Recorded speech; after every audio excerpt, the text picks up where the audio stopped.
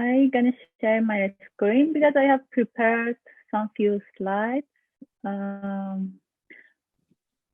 Jens, can you give me access to share my screen, please? You should now, at least. Yeah, and as well, tell us a little bit about yourself so that the listeners and people get a little bit understanding who you are. Yeah, sure. So, hello everyone. Good evening. My name is Fatemeh, and yeah, I'm founder and CEO at Commit and now Commit Academy. And thanks for having me today. And now you are able to see my screen. Yeah. Yeah. Okay. So, as a short introduction about my background, I moved to Germany 8 years ago. I have studied here media informatics, and it's about 3.5 years that I founded my startup Commit. And I put here the story of Commit because it wasn't really an easy story. Being an international co-founder in Germany, doesn't have a good accent in German speaking. All of these things made it more difficult to make it happen. So the story of Commit began about 3.5 years ago when my husband and I, he's also a computer scientist, understood that, okay, we ourselves are using different kind of applications for defining our goals in life, for tracking our goals, and also for being happier in life. We also use different kind of applications on our mobile phone, and we tracked our mood. And the idea was that, okay, now we are all computer scientists. We graduated from university, so let's found a startup and develop an application that helps people to track their mood, but also track their goals, and then use artificial intelligence and those machine learning magic to recommend them how to be happier in life, how to achieve their goals, because we ourselves had always the problem of tracking our goals. We use different Excel platforms, we use different applications.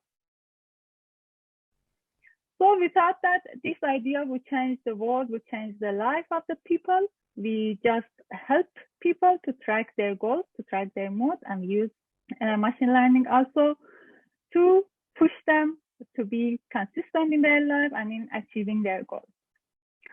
So we developed the app, and here you can see different phases of this story. We had the idea and we evaluated our idea with our friends, and they all said that, oh, that's a perfect idea. We will definitely use this application. And we were so satisfied of our nice idea of changing the world with this application. So we spent about, I think, 6 months. We developed the application, we designed the prototype, we designed the UX, everything. We did it ourselves.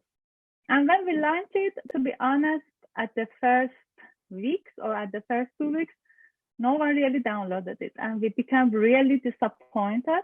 And we said that, okay, it was a magic and people don't understand this magic. We are going to use artificial intelligence.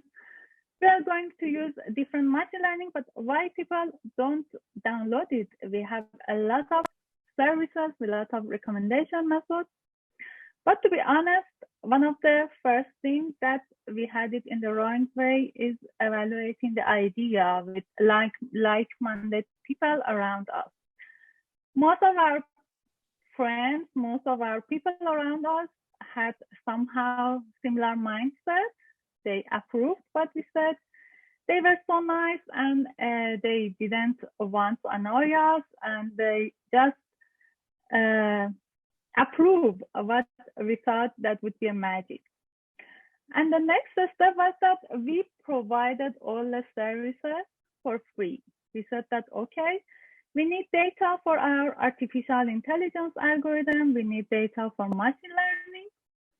So we put all the services for free. After, for example, 6 or 7 months, we would start to monetizing. But the fact is that just imagine that a user used your services and applications for 6 months and without any payment, just for free. And after 6 months, you said, okay, now we have enough data and you should pay for the other services and the other features that you have on the application. And no one really wanted to pay for the application and also for the services that we had.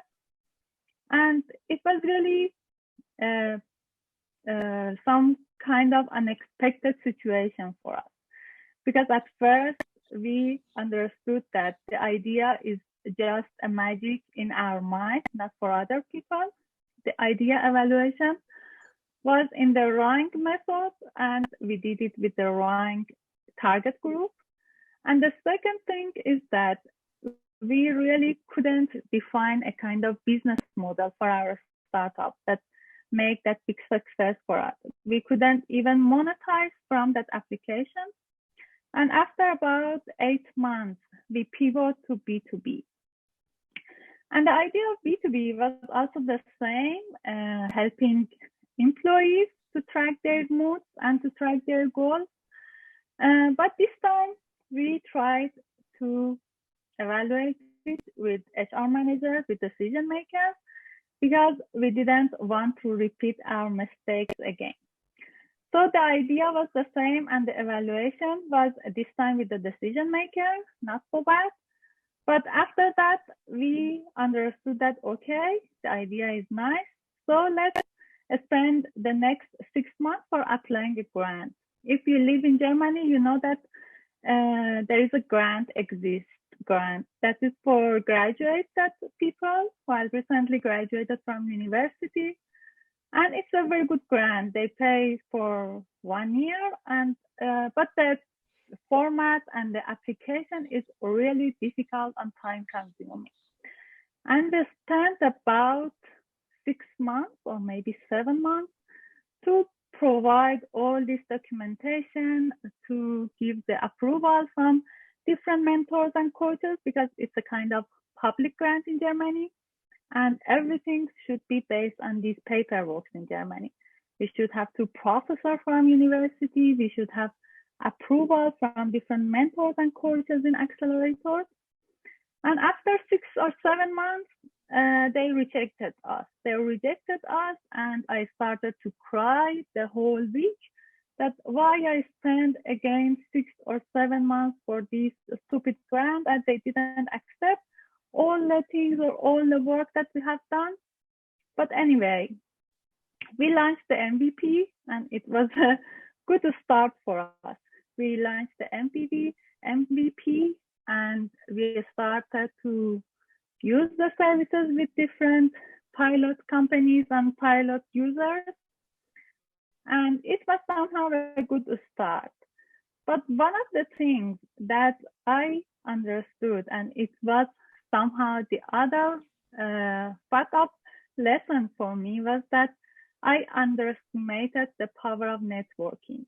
Because when you want to work in B2B market, if you want to sell your products and services to the decision makers, to the big companies, you should really have the network. You should have someone to connect you to that decision maker.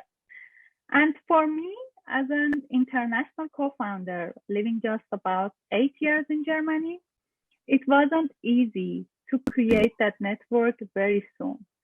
We had the MVP, we had our services, we had everything, but we didn't have that much network who could connect us to the decision makers, the big company. And yeah, we had some medium and small size companies as a pilot user, but the truth is that those small or medium sized companies couldn't provide us a kind of blueprint to approve our services to the other big companies and to the other enterprises. And what we needed in Commit B2B version was connecting to those decision makers, to those main networks. And it again took about 8 months for me to making those connections, to have different meetings with those decision making. And then, yeah, I think after 1 year, we could enter to the market. So these other two fuck-up lessons from this B2B market. The first one was that at first, when I wanted to evaluate the idea with decision makers, with HR managers, I, as a computer scientist, wanted to just convince them that what we have is perfect. You really need these services. You really need to motivate your employees, to make them happy, to know their feedback, because I'm a computer scientist and I know that data has a lot to do or has a lot to say. And after some meetings, they just said, okay, I accept what you say. You are right. But after that, when I asked them to come for the contracts or talk about money, they said, no, we really need time to think about it. And when I asked them that, you previous time you approved what I have said, you said, yeah, all the services are interesting and we need them.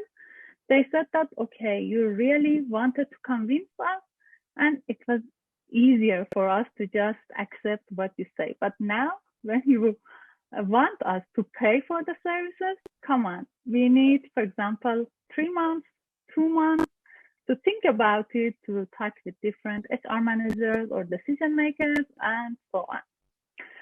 So stop seeking for approval is the other lesson. I just didn't hear others' feedback. I just wanted to convince them that what we have is the right solution. Maybe in sales meeting, they tell you that it's a kind of trick to convince people that what you have is the best solution. But in reality, when you don't have enough, for example, feedback from the decision maker or from those target markets, you cannot really make it happen. And the other thing, and also the last thing that I want to add is that your product is not your startup. The whole business model is your startup. And I understood this lesson when we had everything ready. By everything, I mean our product, our services, our fancy machine learning algorithm, our nice user interface. But the idea was that we didn't have really that connections, that network, that people who could do real marketing for us. We were all a team of computer scientists. My husband, I, and the other 2 team members, we are all computer scientists.